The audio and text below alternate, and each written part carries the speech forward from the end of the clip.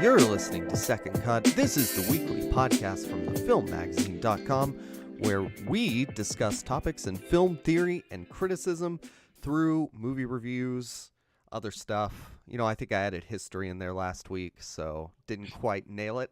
But this is a ho ho ho Merry Christmas episode, and I'm Jacob, and I'm the one who didn't bring any Christmas cheer. Boo.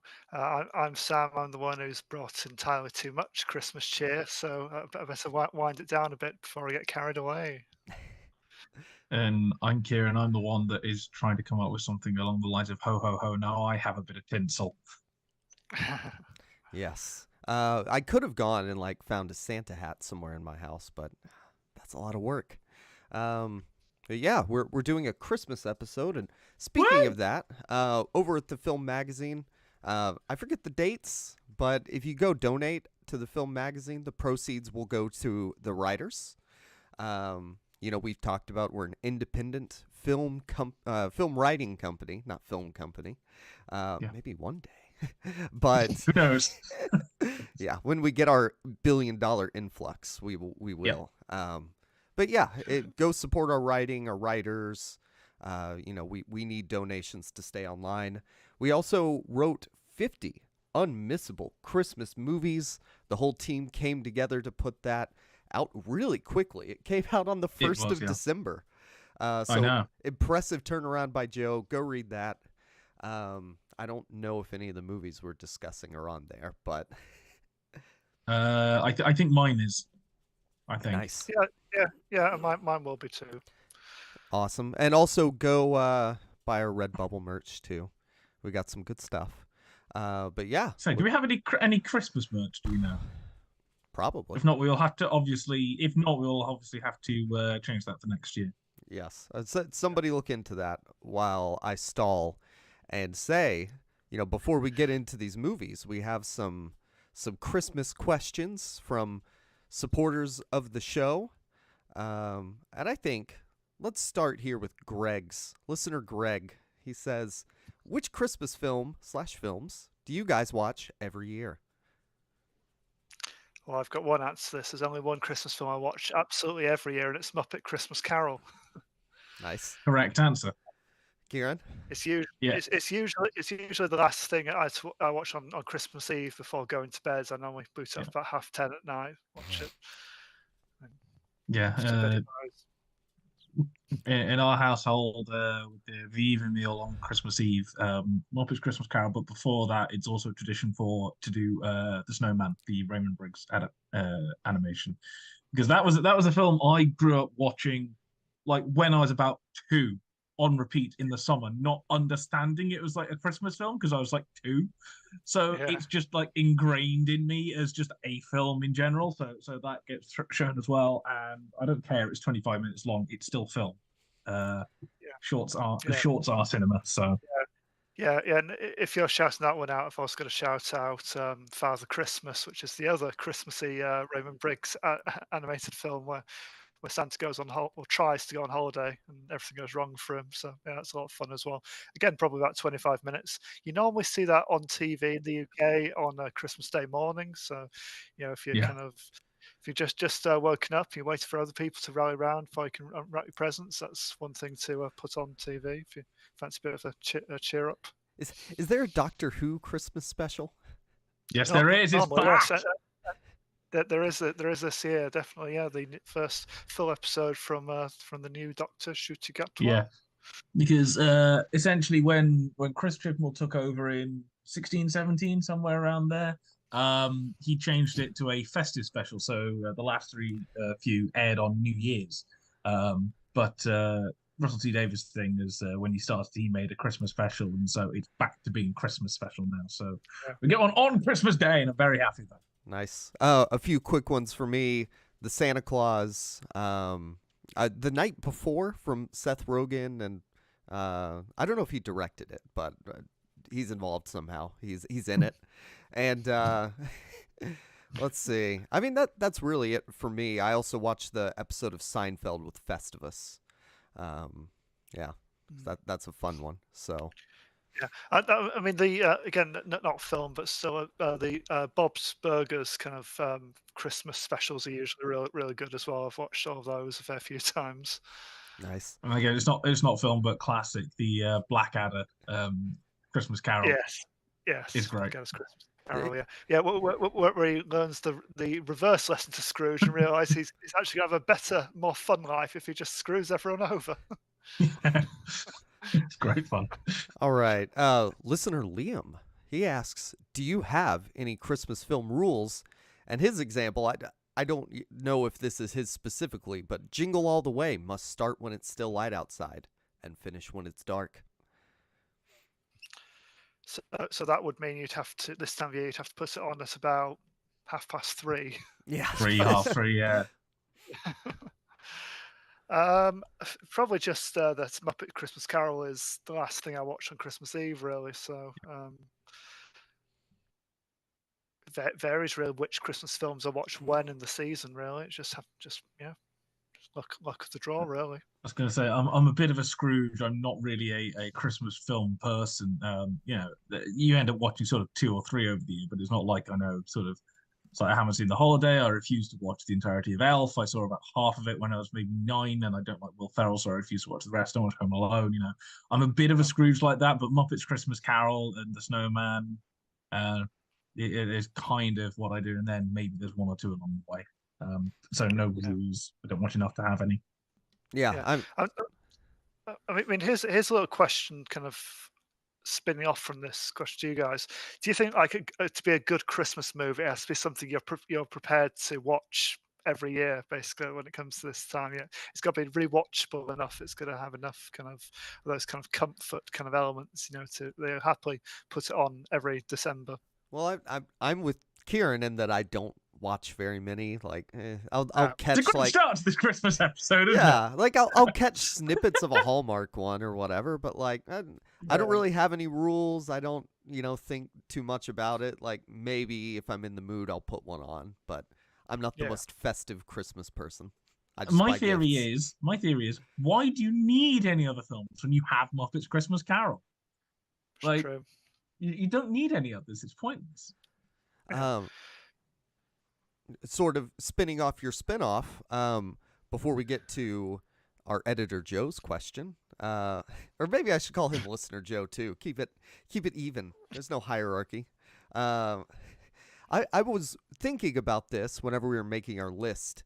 What counts as a Christmas movie? Because I'm one of the people that's like, Die Hard's not really one. Eyes Wide Shut's not really one. I was going to say, are you going to go for that argument now? And like, he's just shutting it down. I think for me, there are specific genre elements that have to do with thematic, elements. It has to be sort of happy, have a happy ending to it. I'm not saying it can't blend or incorporate other genres, but for me, a Christmas film is about Christmas first, and then if there's an action element, a horror element, that comes second. I was going to say, therefore going that Silent Night, Deadly Night is not a Christmas movie because there's no happiness in it. Ooh, that's a good point. It's kind of in the spirit, though, with Santa Claus. Yeah, it's just depressing and grisly, though, isn't it? I mean, it's not exactly Christmassy kind of emotions. Maybe not happy emotions. Maybe just like Christmas has to be at the forefront, and it has to be in the spirit. Yeah. Silent Night, Deadly Night 2 will make you happy by how much you're laughing at it. But it's not exactly. I mean, technically, all of Shane Black's films are Christmas films because he sets them all. If not all on Christmas, then the lead up to Christmas. There's always Christmas iconography involved, but obviously they're usually kind of action comedies. In addition to that, I mean, probably his only one that's explicitly Christmassy, I suppose, would be I guess something like Iron Man 3, which at least has the theme of like Tony Stark learning to put aside all his toys and learn what's really important in life. Which is kind of Christmassy. And alcoholism. Nothing more Christmassy. Learning to love himself and his his friends and his significant others. It's just so that's fairly Christmassy, I suppose. But I wouldn't say Lethal Weapon is a Christmas film, even though it's set at Christmas. I was going to say, is Black Christmas a Christmas film? Yeah. Whereas arguably Die Hard is, because it's about a guy fighting to get home to his family, so.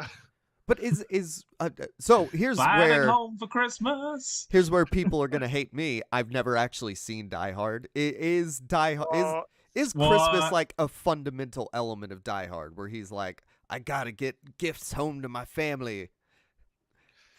Well, It's one of those ones. He's coming. Yeah, he's coming to visit his divorced wife during her office Christmas party, but it's like it is basically he wants. I'm trying to what's happening with the daughter now. Is the daughter at home at that point? I think so. Yeah. I think it's he goes to see his wife to give her gifts to give to the daughter or something. I can't Something remember. like that. Yeah. It's Die Hard's one. It's one of those ones where the way it is written, Christmas is incorporated into the plot, but you could theoretically write it where Christmas is not involved. Does that make sense? Yeah. So like I take back what I said earlier. It's a Christmas movie.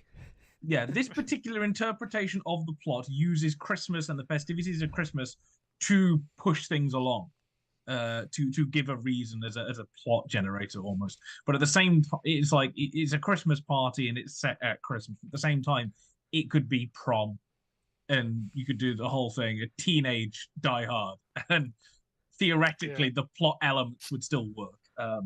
So it's kind of, that's why I think it's arguable, because yes, Christmas Eve motivates the plot to go forward, but you could just as easily rewrite it to be any other kind of celebration, like a works party or something like that isn't Christmas, and the plot still works. So as long as it has Christmas, because they could do that, but then it's another movie. The movie that exists, yeah. And listener Greg reacting to me not seeing Die Hard says, "Wow." Sam, did you have any more thoughts on what makes a Christmas movie? No, I mean it's like it's a combination of like kind of the iconography and kind of the themes and kind of how it expresses kind of what this kind of time of the year means to a lot of people. It's as silly as it kind of sounds. It kind of almost comes down to like a feeling, how these songs can make you feel at this time of year. That is that kind of at least you can have really dark elements like It's Wonderful Life has a really dark stretch. The middle of that bit basically is fairly bleak, but at the end of it, it brings you back out of that pit of despair and gives you hope for everything for the future. So yeah, I think it is something that kind of bring about those kind of emotions kind of effectively. Yeah, and along the same kind of lines, let's get this one out of the way as well. Is Nightmare Before Christmas a Christmas movie? Despite having Christmas in the title, I've always watched it on Halloween. Can you watch it on both? This is the question. Yeah, you can watch it on either, but you pick your holiday. I would say it's set in Halloween Town. There's only a very small stretch actually around Christmas and him actually acting as Santa Claus or Sandy Claus. I think there's spirit of Christmas elements to it. That it's both. It's a genre bender. So let's get to Joe's question. He asks, do you think that the increased importance of the Chinese box office and the overall impact of global markets has impacted the inclusion of Christmas iconography in major films? Is the relative absence a result of our loss in mid-budget films? And I will say, I've never really noticed the lack of Christmas inclusion and iconography in films lately. I'm going to say, give me about a year to go away and study the question, and I'll get back to you this time next year, because this is the first time I've ever even considered the idea. I suppose. I was listening to another very good Christmas podcast, Bar Humbug, hosted by Helen O'Hara from Empire, and she points out like 2003 was like a great kind of year for big kind of studio Christmas films. Like 3 released like in quick succession. So you had Elf, and you had Bad Santa and Love Actually. All released like very soon one after the other. And it's almost like studios now don't really put the money behind kind of holiday films generally anymore. I know I've had obviously like Thanksgiving this year, but generally speaking, it's almost like it's the kind of thing you probably wouldn't less like see in cinemas and more like see like on Netflix or go straight to stream services these days. It's a slightly different kind of thing, I'd argue. Yeah. And also, I mean, I'm not sure how important the Chinese market, this is me just talking out of my rear end, but, because there is the limited number of import films to China, it's not like you're going to have 1 or 2 DC or Marvel movies or Transformer movies a year that have that iconography in it. So like, I don't think that is affecting that aspect of it. We get like a couple of Christmas or Christmas movies, at least in the Anglosphere. Like I think about that, the Emilia Clarke one, the Princess Switch, which is straight to streaming, but. And to be honest, anyway, I think a lot of those movies will go straight to streaming anyway, because you get to December, everyone wants to stay inside. It gets dark early, so where are most people anyway? They're inside, huddle away from the fire. You might as well shove it on streaming. People are more likely to see it there as opposed to having to go out through the cold to the cinema anyway. And therefore, because it's on streaming, you can reduce the budget of it because people are still going to see it in like just number of clicks rather than the ticket price. So I think it probably cheapens it like that. Yeah, I mean the very idea of like a Christmas film, it's quite obvious. It's a Western idea, isn't it? It's using like Western iconography and possibly, to generalize a little bit, probably won't probably kind of hit it kind of as with as big a splash, in like other territories, where like Christianity isn't the dominant kind of religion, and those festivals aren't as central to kind of society. Although I haven't seen it, I have just looked up because I got just wondering what was the first Christmas film, and apparently Santa Claus is an 1898 British silent directed by George Albert Smith, which features Santa visiting a house on Christmas Eve. It's 2 minutes long, and according to Michael Brook, is believed to be cinema's only known example of parallel action as well, coupled with double exposure techniques as well, that he was describing as well. George Albert Smith was doing at the time. So that's cool. I mean, I have seen the silent. I think it's like 1915, something like that, version of a Christmas Carol, which obviously the first film adaptation of that. Did that for my ranking last year. Again, that's about 10 minutes, and very, stripped back version of the story, and basically film front on like a stage play. But I'd put money on that being like one of the first Christmas films. But it's one of those. It feels like the kind of genre that can really kind of took off like mid-century onwards, doesn't it? I think they kind of get more dominant. Yeah. And I mean, there are films in certain cultures that they'll watch at Christmas that aren't Christmas films. For example, apparently in Germany, it's Dinner for One is the classic, which I've now I watched last year, and I'm like, okay, it's vaguely entertaining, but it's essentially one joke that just goes on for about 35 minutes. It's just a butler getting steadily drunker, isn't it, throughout that's it. throughout the film. And it's like, don't they, like they play like old TV channels play it at like a particular time or something? It just I think so. Or is there a channel that plays just that on a loop? I think so. It's something along those lines. It's 18 minutes. It's not even 35. It's 18 minutes of somebody getting drunk, but it's got Freddie Frinton as the butler. Yeah, but in the UK, you got something like The Great Escape. A lot of people would consider a Christmas film. There's nothing Christmassy about it, but it's always on TV at Christmas. Yeah, so there are things like that. Well, Wallace and Gromit is always on around Christmas. Indiana Jones is always on around Christmas as well. Interesting. We have a channel that plays A Christmas Story for 24 hours. So, it's okay. Do you want to gasp? That's one I've never seen. I've never seen A Christmas Story. But it's probably less. It's probably less surprising for a Brit. I think if you were American or Canadian, that would be like a proper gasp at the moment. But it's just not as kind of culturally kind of dominant over here. It's not like one of those icons of pop culture. I don't think. Again, we will watch Wallace and Gromit every day of the week, and that thing we're like, what the hell's this? Christmas Story? Okay. Okay.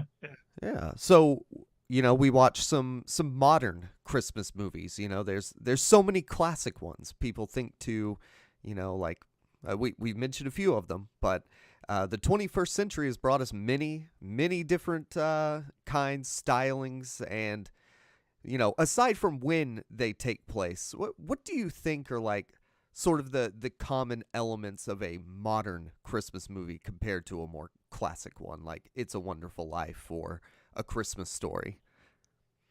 I mean, I'll definitely bring it up with my film, but I think more and more as kind of societies around the world kind of change and evolve. I think they're more and more about kind of unconventional kind of family dynamics. Kind of like found families and kind of different living circumstances and different relationships with your family and people you consider your family, even if they're not biologically your family and stuff like that. I think You're it's making this sound like more, a Ken Loach Christmas movie now. yeah, yeah.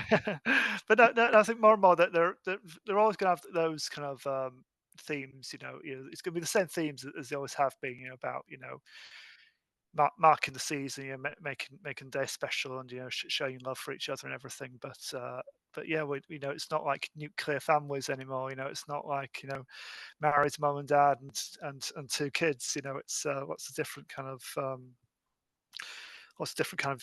domestic kind of dynamics and family makeups. And I think as these kind of families kind of change how they how they represent it in the media, is going to change, along with how kind of reality is actually changing, for a lot of people.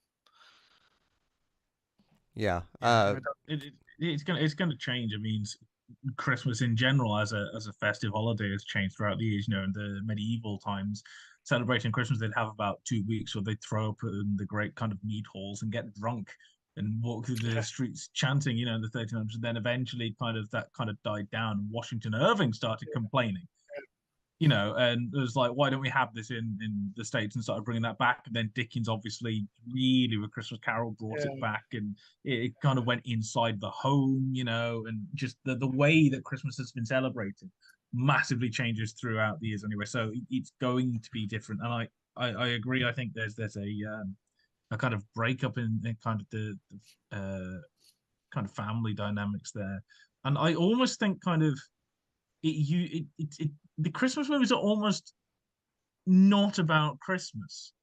They're about using ideals of Christmas for other reasons. Be it family gatherings, be it just or the real meaning of Christmas for anti-capitalist purposes. These kinds of things. It's less about kind of the spirit of Christmas. Well, it's less about Christmas and more kind of ways to explore the spirit of Christmas.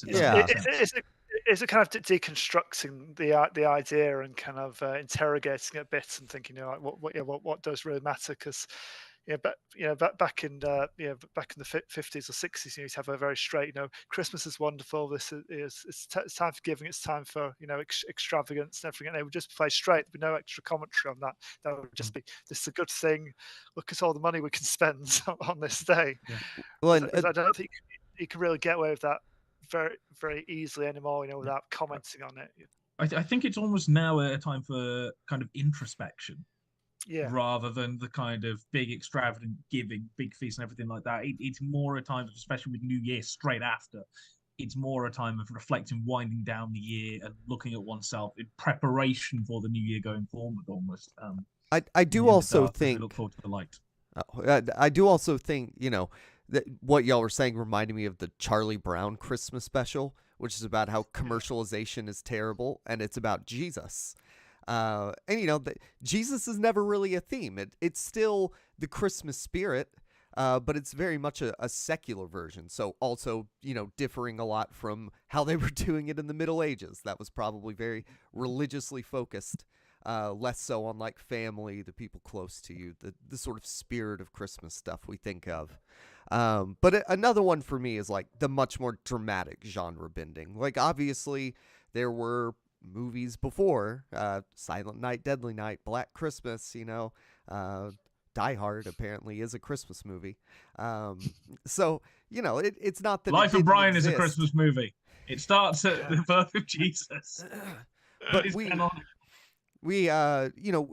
things go to so much more extreme these days, or, we'll get into a few different like genre blending Christmas movies that we watched, but I think that is taken even further than it used to be because of, just the way film has progressed since then. The kinds of movies that are in vogue, the styles, the need for like expansion and creativity to blaze trails we have not blazed before. So, yeah, that's obviously there's tons of like normal, I mean, for lack of a better word, bland Christmas movies.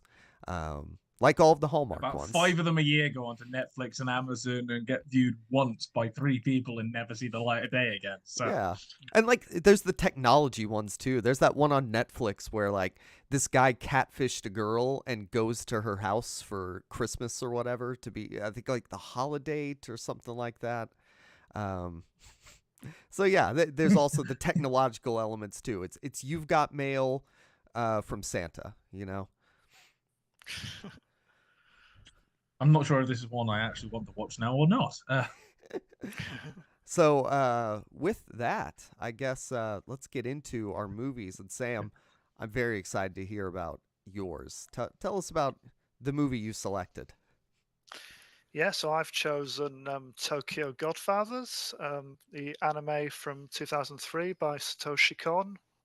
It is one of those, after kind of mentioning briefly earlier that kind of Christmas movies perhaps don't land as big, outside of the West. This is one of those rare things that a very kind of earnest kind of Japanese kind of Christmas movie opens on Christmas Eve. Opens on a nativity play of all things, and basically from the start we're kind of introduced to our kind of lead kind of trio of characters straight away. So it's a nativity play, and these three in the crowd, the three. They're like an unlikely kind of surrogate family, is how I describe them. So three uh, three very different people who find stuff on the streets at Christmas. So you've got an alcoholic divorcee, um, a flamboyant. I think she describes herself as a transvestite, I think, but I don't know whether you call more a trans woman now. I'm not sure if they ever get into whether she is transitioning or not. But she presents as like a someone presenting as female, but very very flamboyant and like the comic relief of the film generally. So she's known as Hannah, and less affectionately as Uncle Bag. That's what some of the people call it when they're trying to piss her off. And then you also have a team runaway called Miyuki. So yeah, Jin, Hannah, and Miyuki. So three homeless people who find themselves on the streets of Tokyo at Christmas. And they basically live very hand to mouth, just go from place to place, trying to stay warm, trying to get a meal, until they find that most Christmassy of miracles, an abandoned baby, who they resolve to adopt temporarily and take with them across the city to try and find its parents. By the way, Um, Sam, I saw it was inspired by John Ford's Three Godfathers. Have you seen that yeah, movie?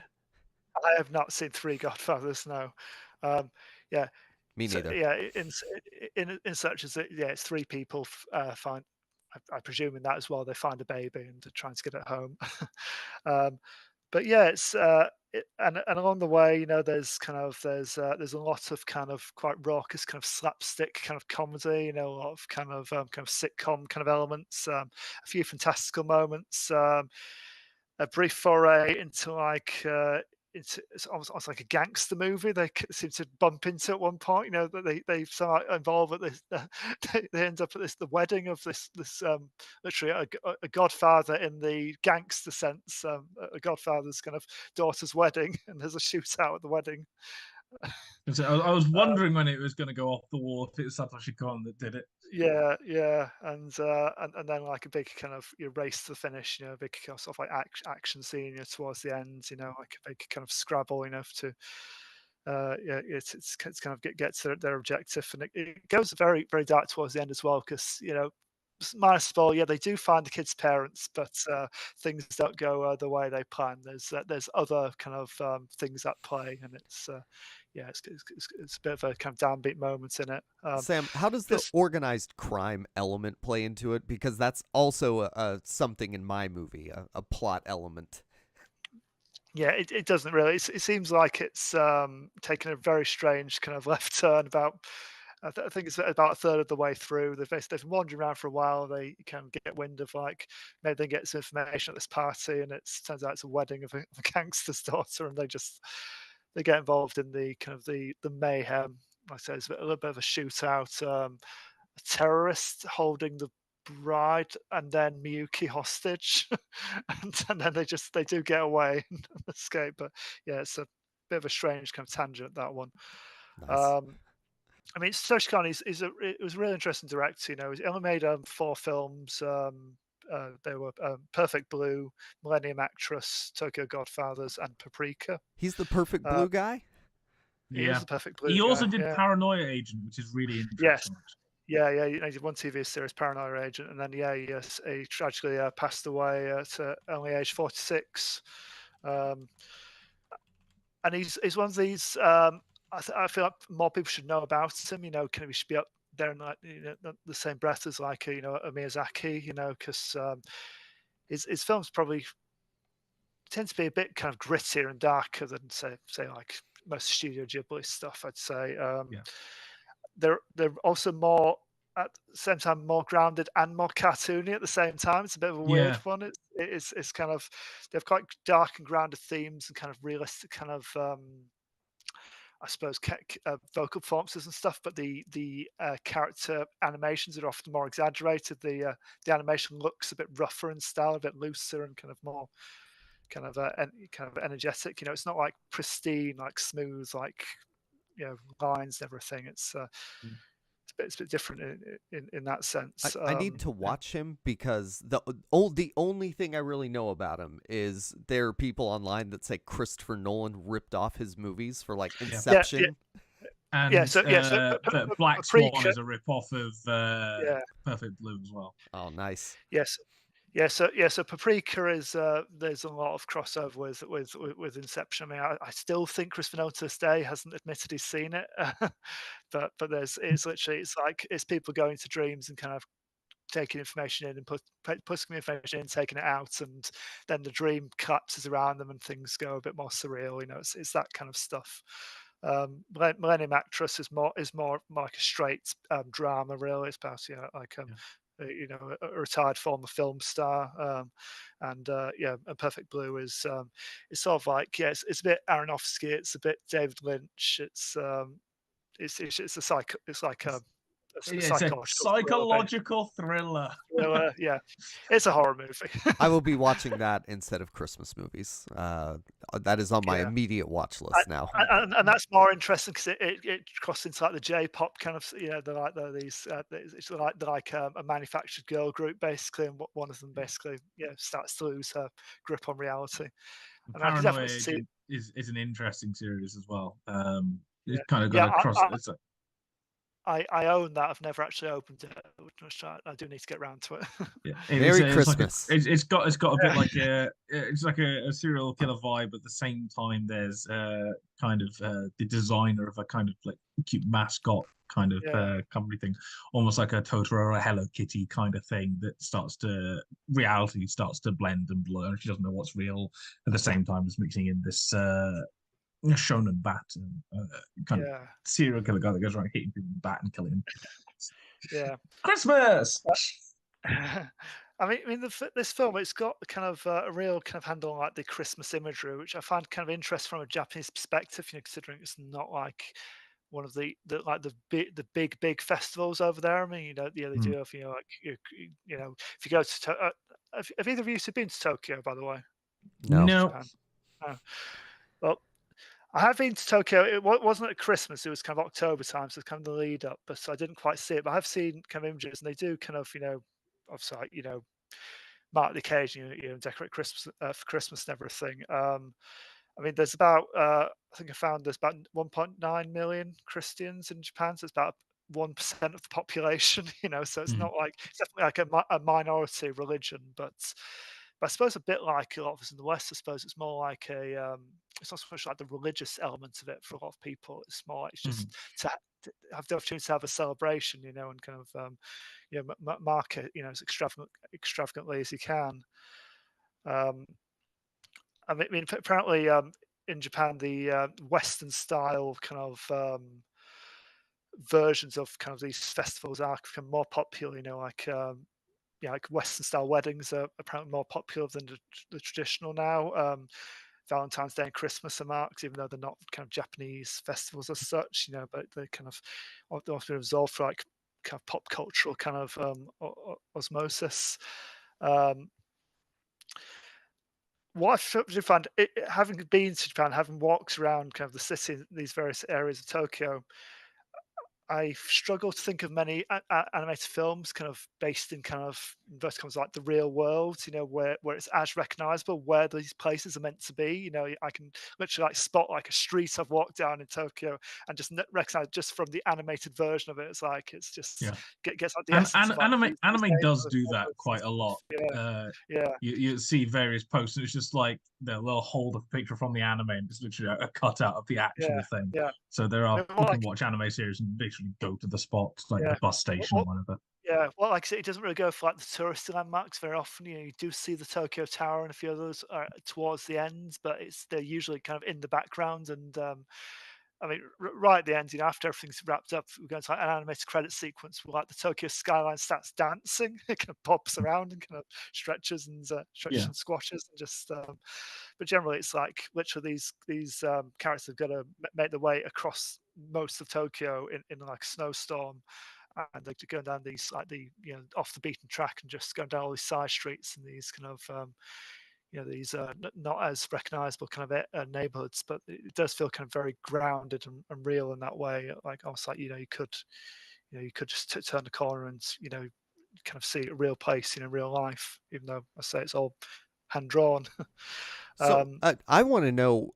It says that you're talking about like the reality aspects of it. How does it Yeah. blend the fiction and reality, which is sort of the main theme popping up, not just in this movie, in his work too? It looks like.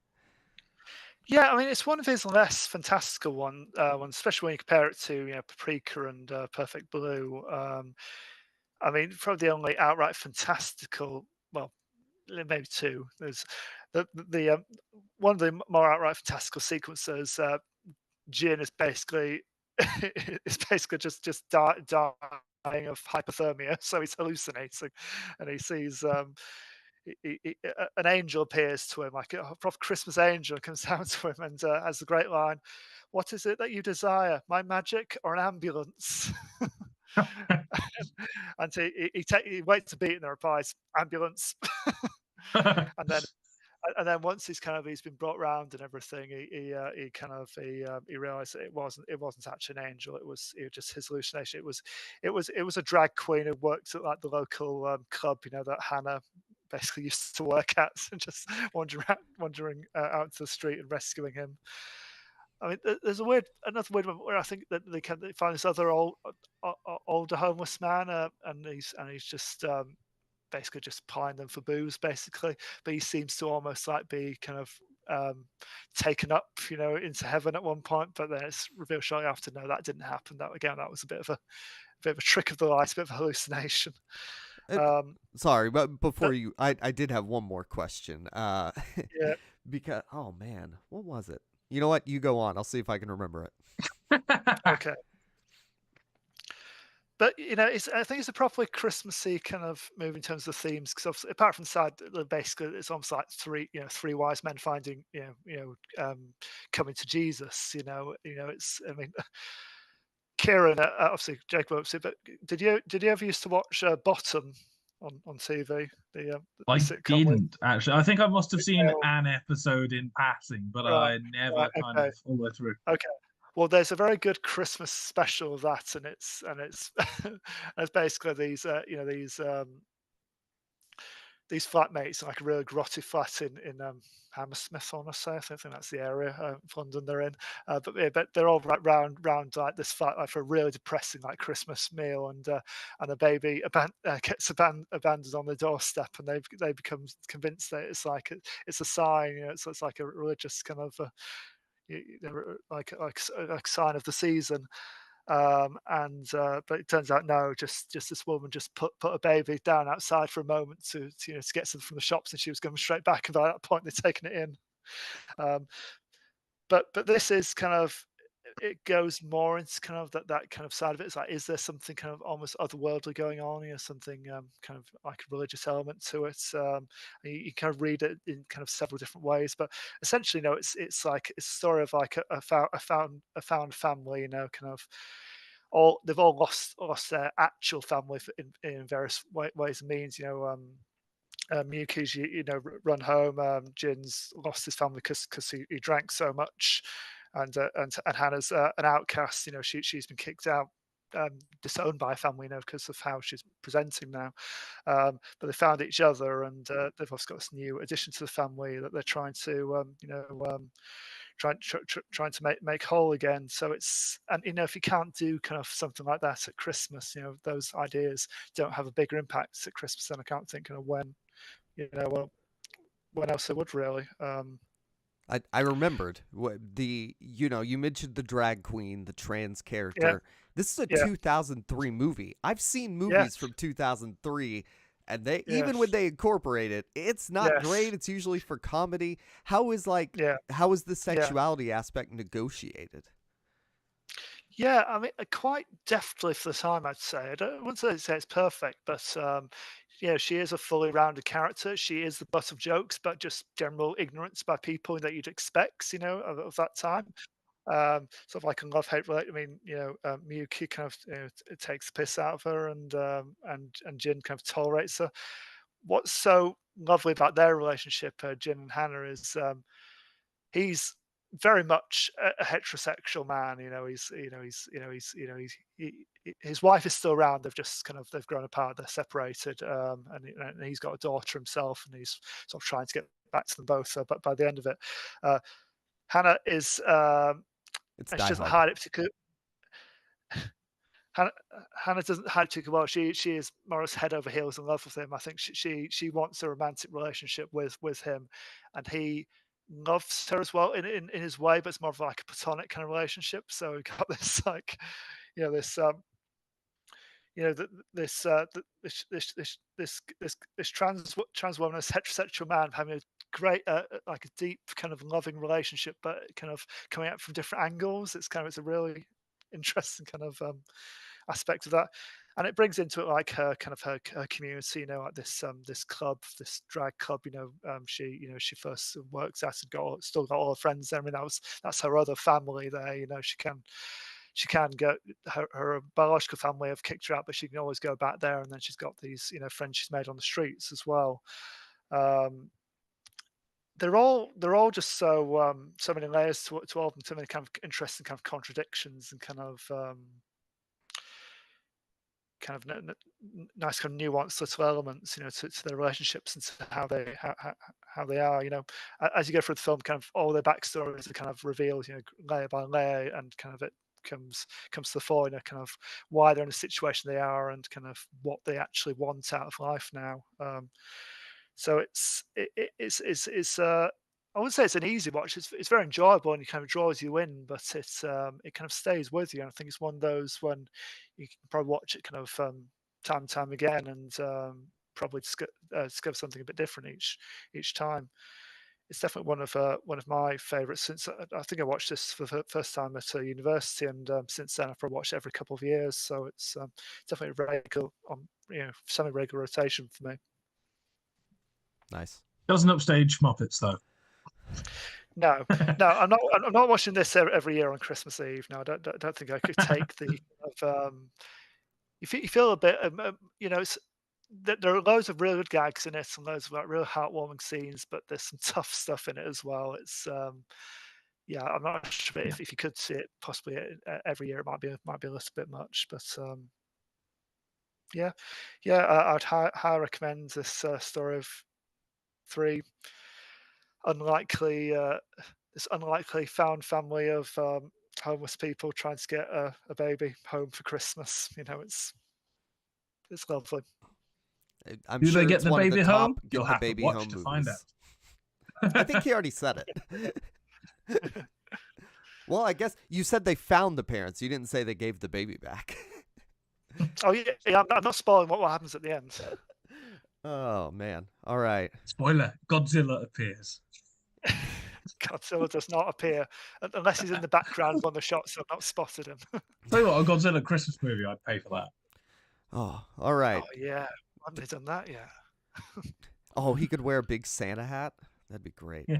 On his tail. All right. Any final thoughts on Tokyo Godfathers? Other than you two and everyone listening should see it if you haven't already. Annoyingly, it was on Netflix last year. I don't think it's on again this year, so you might have to put down some actual Buy a money for it, physical copy. Yes. but it's worth it.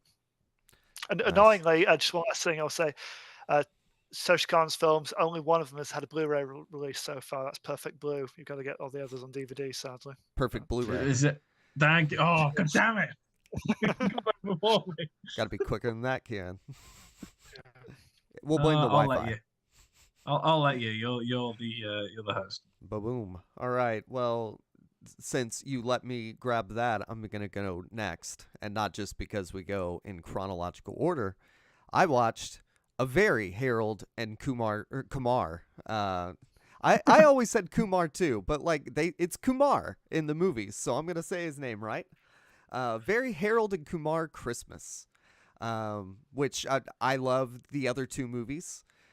This one, it's fine. I was going to do this or The Night Before, which are both sort of stoner comedy Christmas movies. And I decided to go with this one because I think there is a little more substance to it beyond the Christmas aspect of it, the family, all that kind of stuff. But obviously it incorporates all the traditional themes, ideas, decorations, other cultural touchstones for Christmas. So it stars John Cho and oh gosh, who's the other guy? You'd think I would know his name. Cal Penn. I was gonna say the guy from House, but yeah, Laurie. Yes, they maybe if it was made in like the 1940s, he would. No, never mind. Not going into that. Othello. So yeah, the two of them, they've had many adventures together. They traveled through New Jersey trying to get to White Castle. They escaped from Guantanamo Bay after they were placed there as terrorists. And finally, they grew apart, became separated. It actually goes I think 5 years into the future, or maybe 4, beyond 2011, which is when it was released. So there is a bit of a futuristic element to it. From a waffle robot who is integral to the plot action.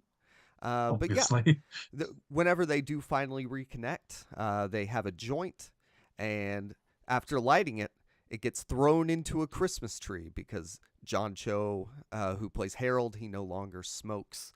And so it burns up the Christmas tree, which was very special to Danny Trejo, his father-in-law.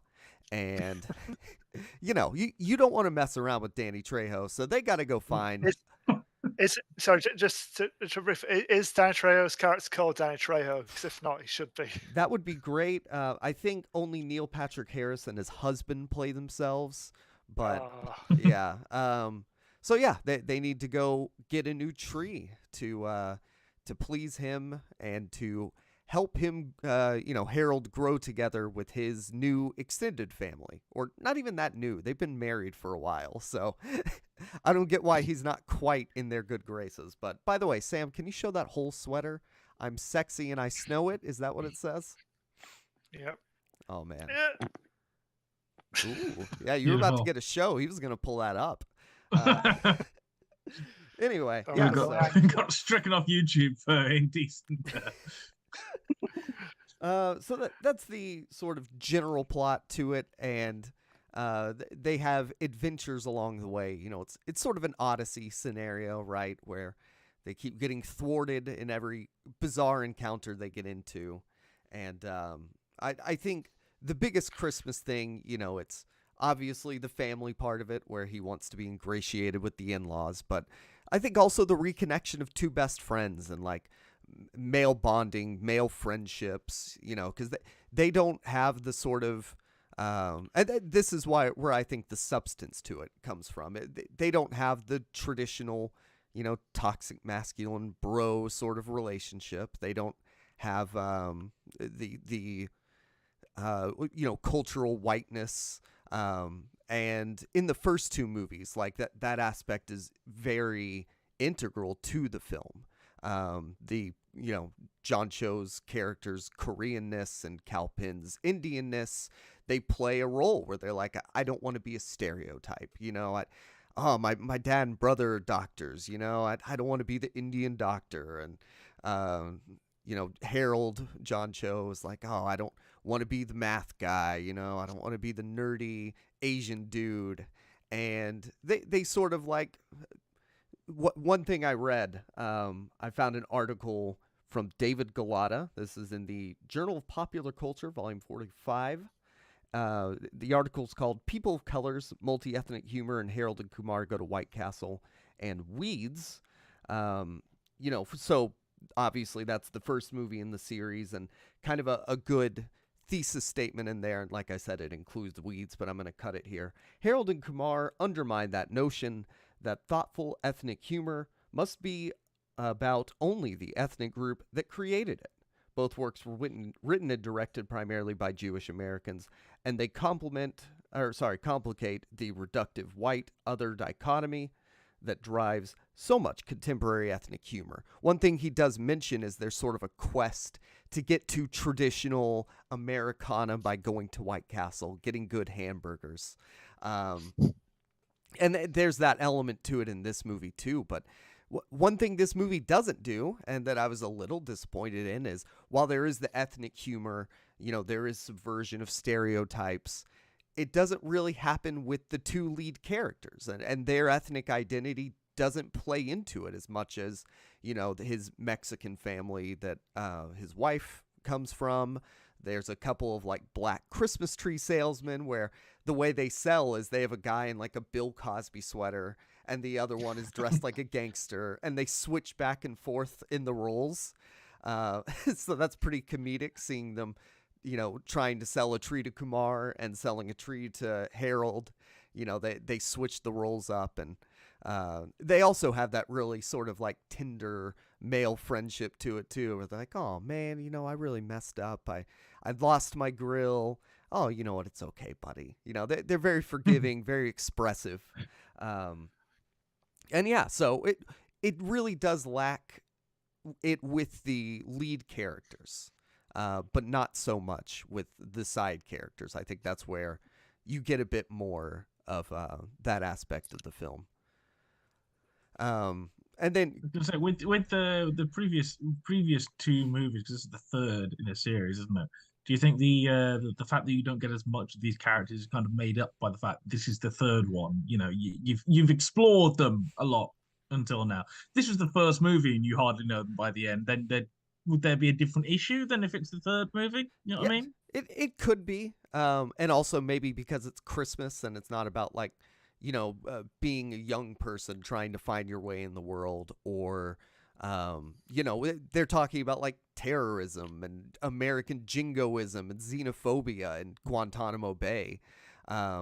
Whereas, you know, in this movie, like, it's more just about like trying to get there. So Kumar's story is he's dating Jensen Ackles, Danielle Harris, that's her name. He's dating her character Vanessa, and she's pregnant, but she thinks he's too immature. So his story is kind of like maturing, wanting to have that family that Harold is already kind of a part of. He is trying to have a kid. And Harold's is more about like, coming together with his extended family. So I guess because we do already know the characters, the motivations, because it's a Christmas film, are sort of inherently different. That could be part of it, but I feel like they could have done a better job, like specifically addressing those aspects. And like I mentioned earlier, there was a gangster in this movie, and he is sort of important to the plot. I don't know if y'all watch Jake and Amir from College Humor, but Amir is in this movie. He plays Kumar's best friend, and he's kind of he's an idiot.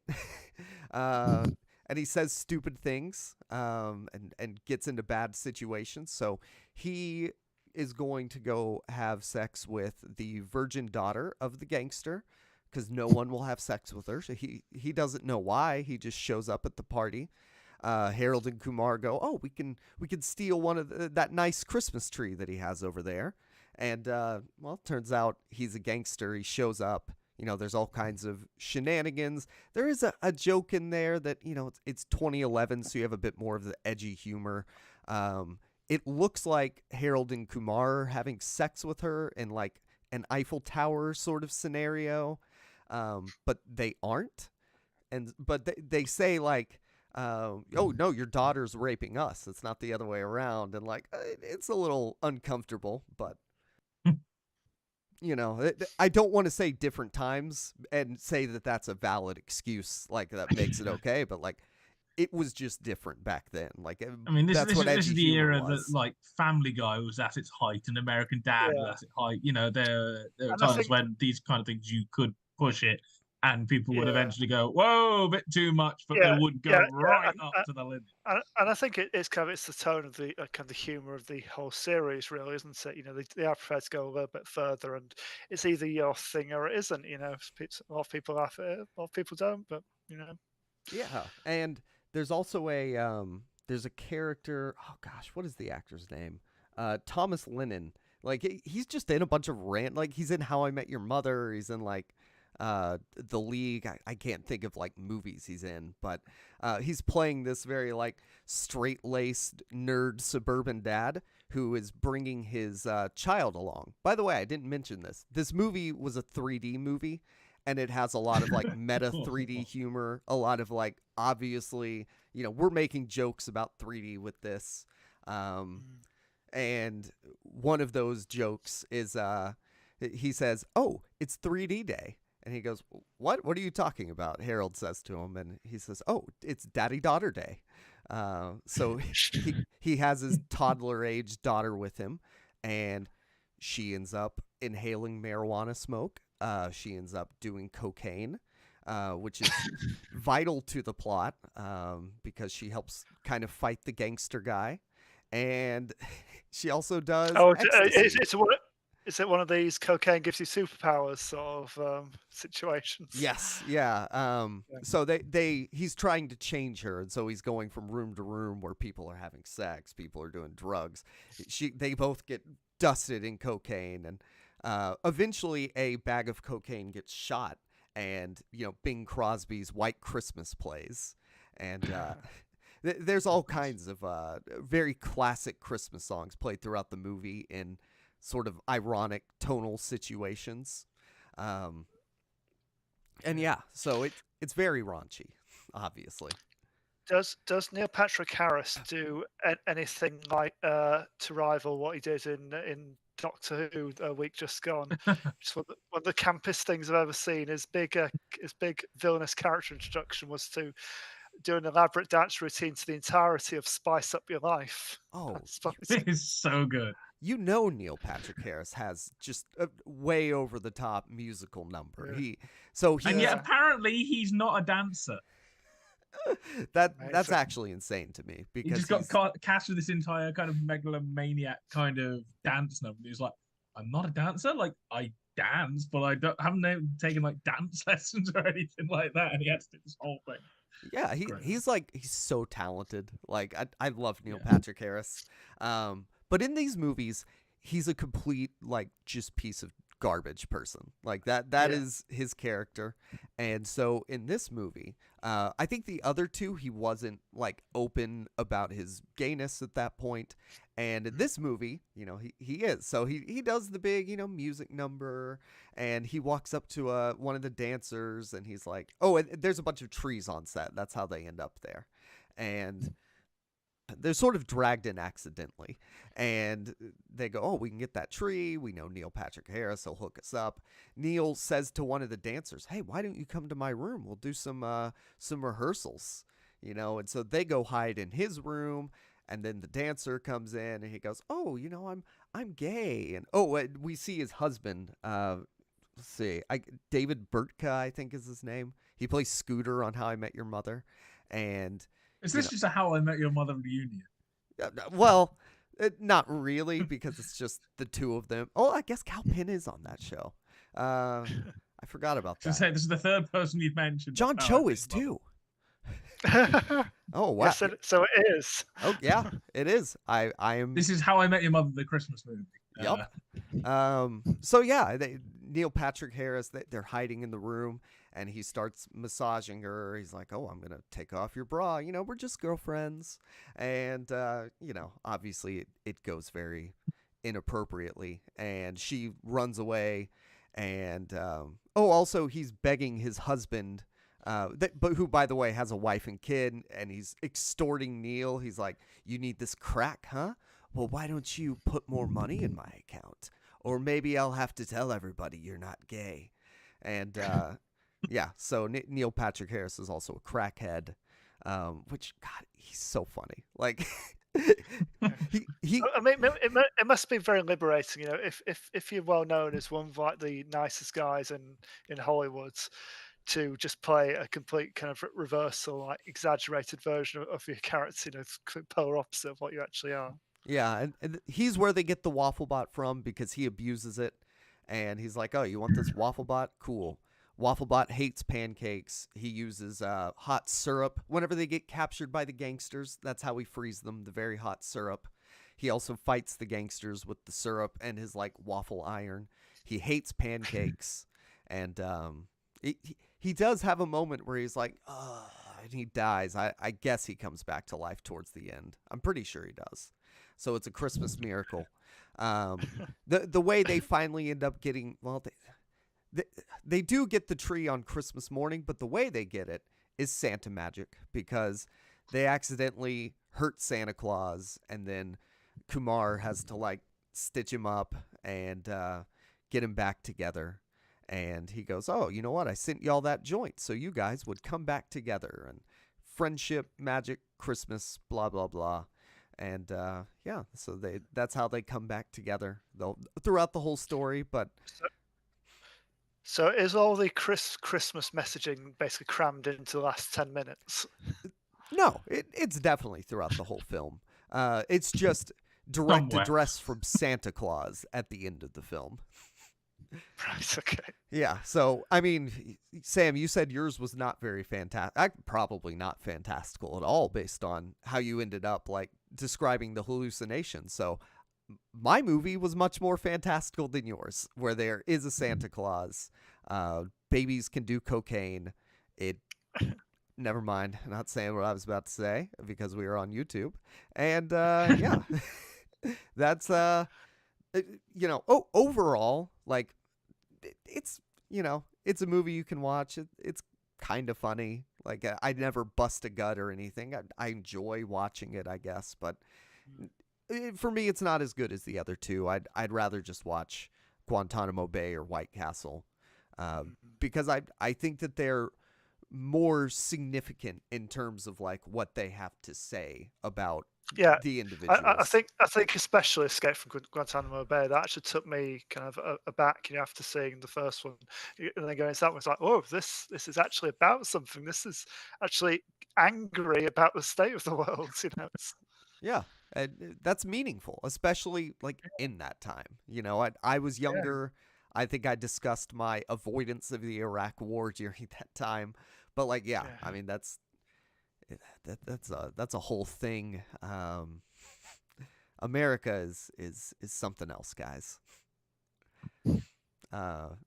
Anything else on Harold and Kumar? Are you asking that to yourself? I mean, I guess you guys. Because you normally ask us for our films or any other comments. So it sounds like you're asking yourself, do I have anything else on this film? Yes. Well, I don't really. Do you guys have anything? I mean, if I quite like the other two, should I give this a go?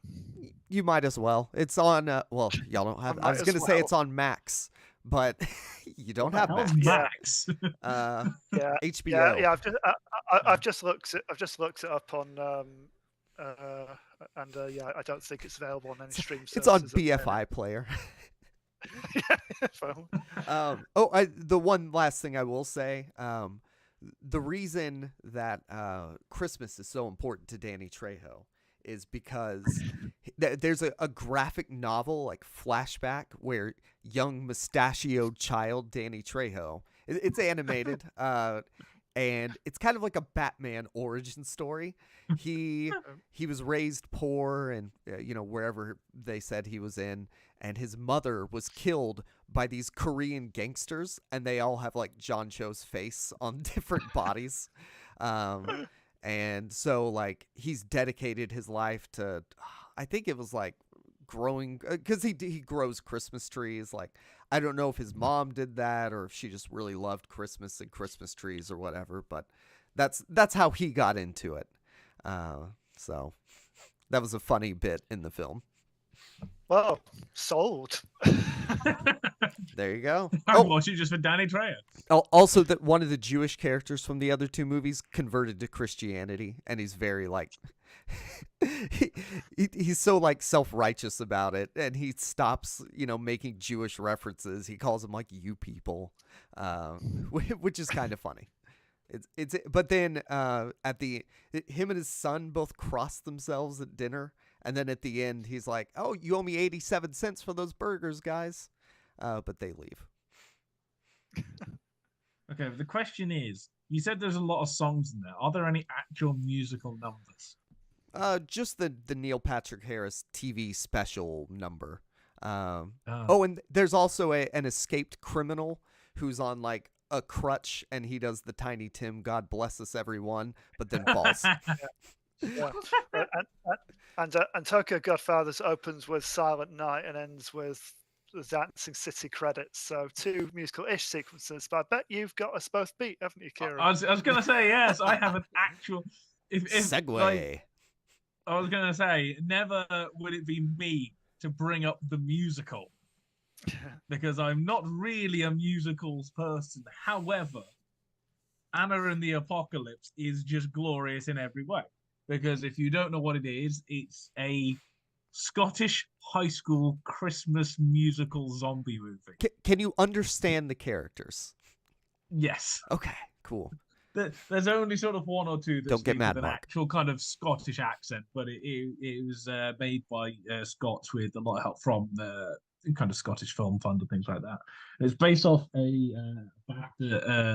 nominated and award-winning short film called Zombie Musical, which is a prototype for what would be Anna and the Apocalypse. In fact, one of the sequences of still called Anna waking up and going to school that day, and there's all zombie stuff behind her, is kind of kept into this film. And that was done by a filmmaker called Ryan McHenry when he was about 22, I think, something like that. So it came out in 2010, 2011. And I didn't actually know this, but he passed away at the age of 27 in 2015. So before this got made, and I think it was kind of in pre-production, a bit stirrings going around. Then other people kind of took it over and made it into Anna and the Apocalypse.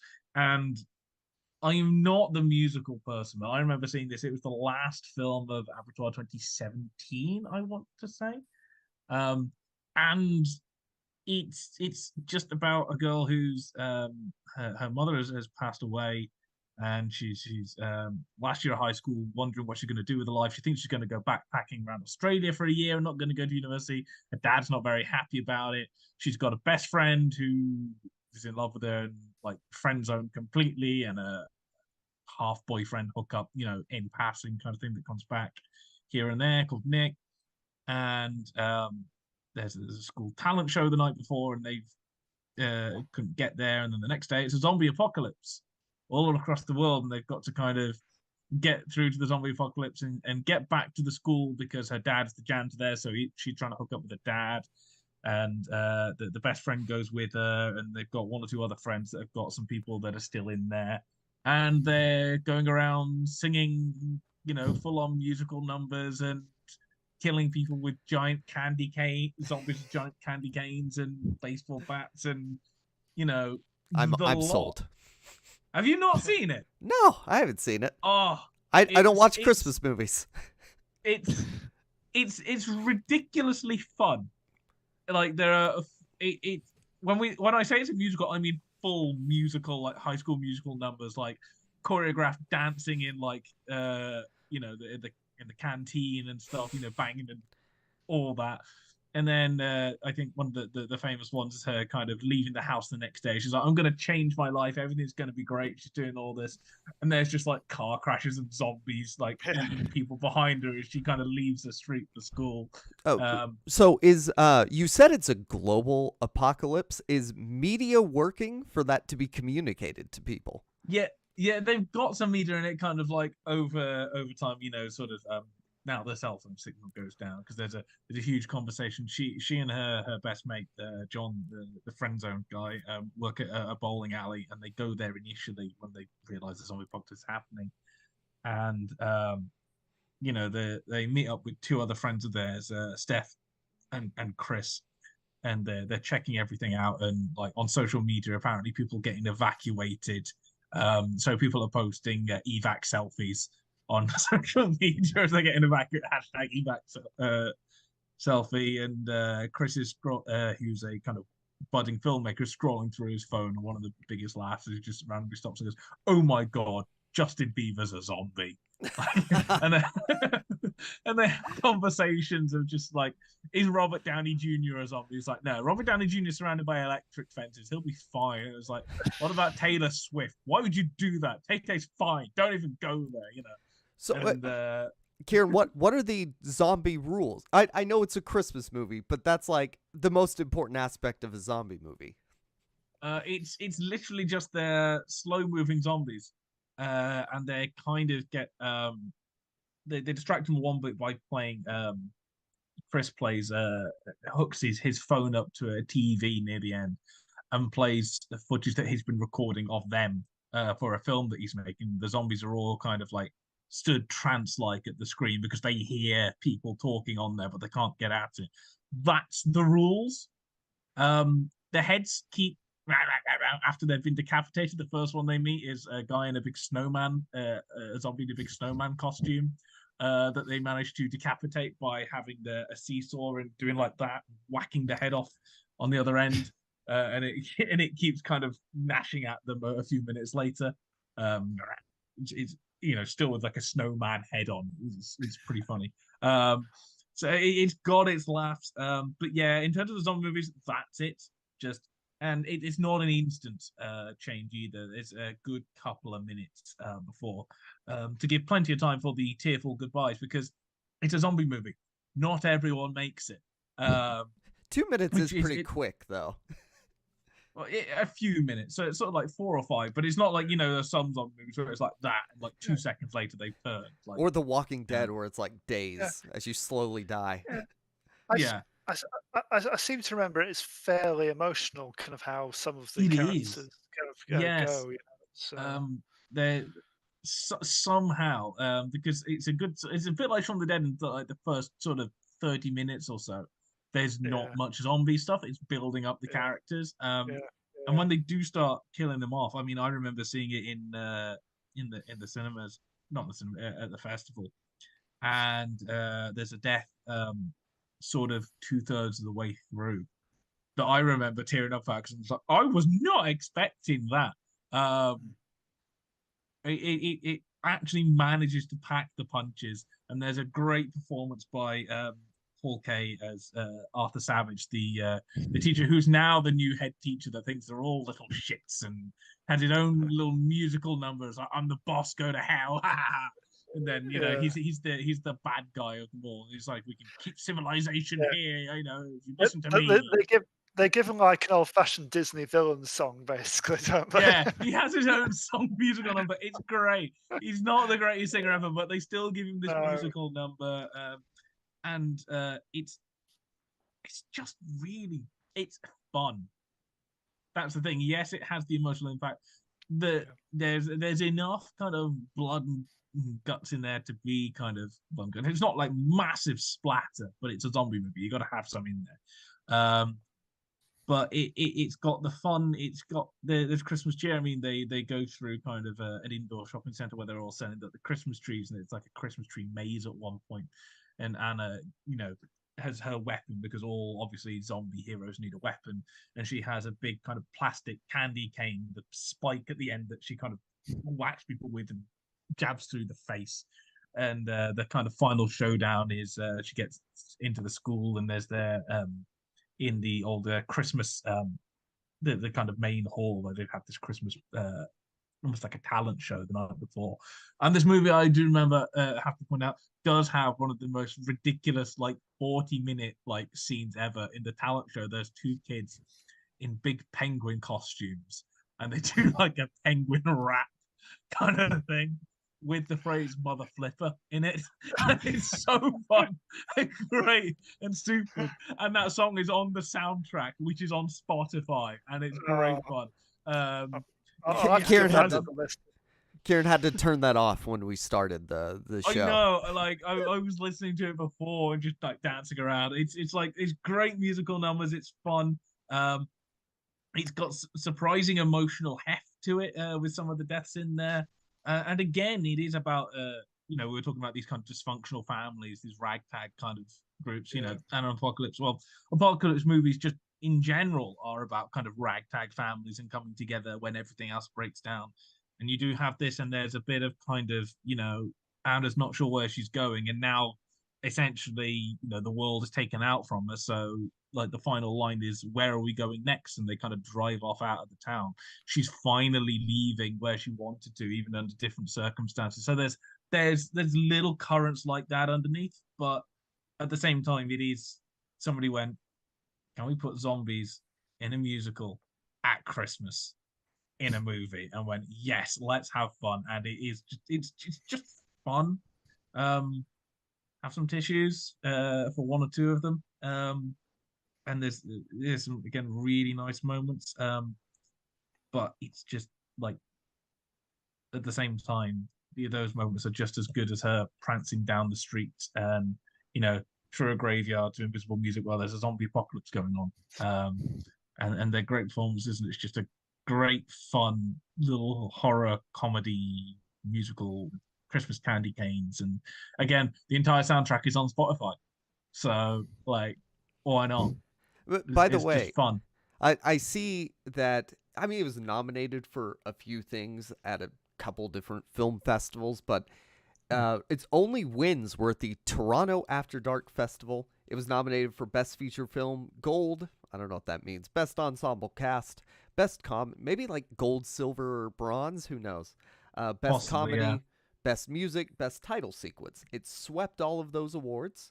And now I know about the Toronto After Dark Film Festival, which is a showcase of horror, sci-fi, action, and cult cinema held annually in Toronto. So I guess that's a place to look for. It wouldn't have been not Toronto. It was oh yeah, it's the Toronto After Dark Film Festival held in Tokyo. It's in Toronto, Maine or something. Toronto, Australia. Yeah. But yeah, so that's a place now when I'm looking for what are sort of the cutting edge horror films. Maybe I'll go see what was showing there. It runs in October, apparently. Yeah, it's just so if you want a modern kind of Christmas movie that's a little bit different, and you're fed up of Nightmare Before Christmas as a Christmas musical, then obviously this is where to go. This is the step up. And again, they're all in kind of she's got a kind of high school shirt and a tie on, and John's got a Christmas jumper on that lights up at various points, and it's just good fun, but still got that heft. And like there's no other way to describe it aside. Well, I think one of the taglines or kind of on the trailers and the posters is that it's Shaun of the Dead meets La La Land, and that's about as close as you can get. Only it's with high schools as well, and it's made by some Scots. So Nice. there's not that much else. It's Out of the Apocalypse. It's great fun, and I hadn't seen it since I saw it at the festival. And I saw it again, just watching it, going, I love this movie. I really do love it. Yeah, I need to go watch it. And I'll have to revisit it, and at the very least play the soundtrack on Spotify, so I can have those songs going around my head for forevermore. I was going to say, I'm sure it's on other platforms as well. You know, other platforms are available. Before we get hit with that, I feel like I have to be on TV to say it, but I know that it's on Spotify. So. Yeah. All right. I guess, is that it? Any final other thoughts? Not really. I don't think. Nice. I think we've got a good cross section there. Three kind of quite different, though in some way similar, kind of new Christmas movies for people to check out should they wish. Yeah, and I I put out a hit. Guys, what are some of your favorite Christmas movies on Instagram? Maybe I should have done that yesterday, but fortunately, film magazine writer and published author Martha Lane. Go check out her book Lies Over the Ocean if you need another Christmas gift. She said her favorite Christmas movie is Rise of the Guardians. So, yeah. I've somehow not seen Guardians. Yeah, that's not one I have seen, but I am Googling it real quick. Is it a Christmas movie? It's got Santa in it, so yeah, but so is The Lion, the Witch, and the Wardrobe. So I would argue that's a movie. Yeah, that's pretty Christmassy. I would argue it is, yeah. Yeah, Rise of the Guardians, it's fun. I think it was I think it's directed by one of who's it? It's one of the Spider-Verse guys. Yeah, one of the Spider-Verse guys. Yeah, that was his first big thing. Yeah. Yeah, if Santa has tattoos on his forearms that say naughty and nice, yeah, it's a Christmas movie. Okay. Also, Jack Frost. I mean, yeah, that's good. That's not one I've seen, but one I'll check out. I'm thinking of a different film, and I can't remember what it is. Guardians of the Galaxy. No. I'll remember what it is. But now that I look at it, I go, yes, that's not the film I was thinking of, but I recognize it.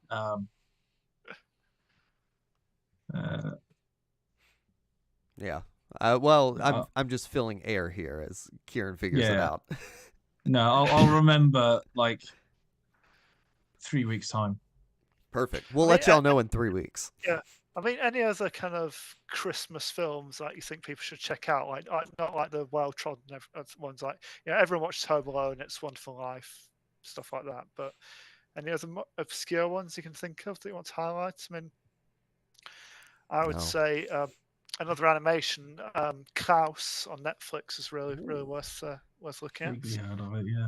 Yeah. Didn't that win or was nominated for an Oscar? I think so, yeah.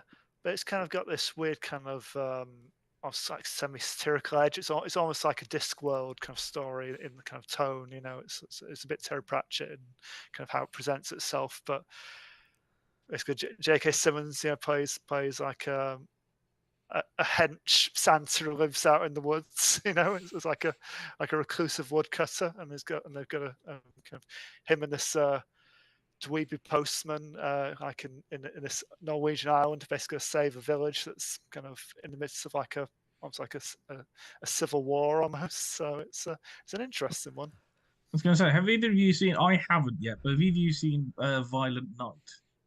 No, I've got it downloaded and ready to watch sometime of next week. So. You're literally about to do that as soon as we finish. Yeah. And I mean, this one's not obscure, but I just remembered that I do like it. The live action Jim Carrey Grinch. I don't watch it every year, but like even as an adult, I'm pretty sure I saw it in theaters. But even as an adult, I really enjoy that movie. It's funny. Also, is it Batman Returns that's set at Christmas? It Oh, is, God. yeah. Yeah, Therefore, yeah, obviously, No. and anyone who says it's not a Christmas film is deluding themselves. The final line in it is literally "Merry Christmas, Alfred." Oh, How can it not be a Christmas movie? when we start discussing Batman Returns again, it's probably time to move on, even if it is technically a Christmas movie. yeah. All right, so I guess that's it for our Christmas episode. It's time to wrap the episode up with a nice little bow. There you go. Nice. Yeah, but so I guess we'll be going for now, but this will not be the last episode of the year. You can tune in next week for something else, but until then, you can follow us at Second Cut Pod. Keep up with all of our fascinating announcements and content that we totally have on social media. Go donate to the film magazine, the writers, the website itself. Go to our Redbubble store, buy cool stuff. And, of course, YouTube, like, subscribe, all that junk. And, guys, where can people find you online? You can find me at SSP Thinks Film and at the Film Magazine. My Christmassy content on there. You can see my ranking of all of the major film adaptations of A Christmas Carol, which I did last year. I was doing the rounds again. And there is, what's the other thing I need to mention? Oh, and of course, there's my full review of Tokyo Godfathers, which you can check out if you so wish. And just generally read our big old team list of must-see Christmas films, and share that around and check out as many of those films that we mentioned as you can, because most of them are definitely worth a watch.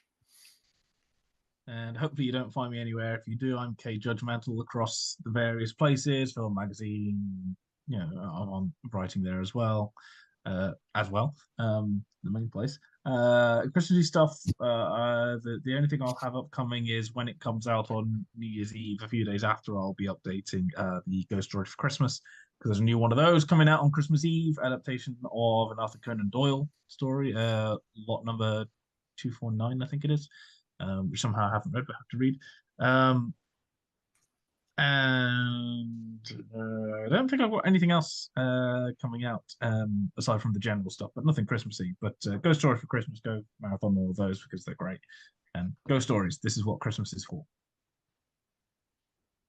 Yeah, and my microphone was totally on there just now. You can find me at Jacob Film Guy, wherever you follow people. And I don't really have anything coming up right now, but I have written a review back when it came out of The Princess Switched Again, which is a Netflix Christmas series.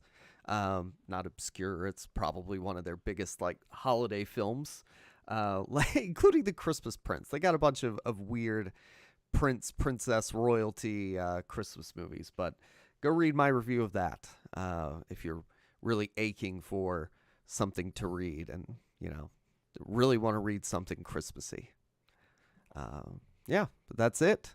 Thank you for watching, listening, contributing, send us questions, all that stuff. Greg and whoever else is here, thank you for being here. So that's it. Thanks again and goodbye. Adios. Merry Christmas. And Happy New Year.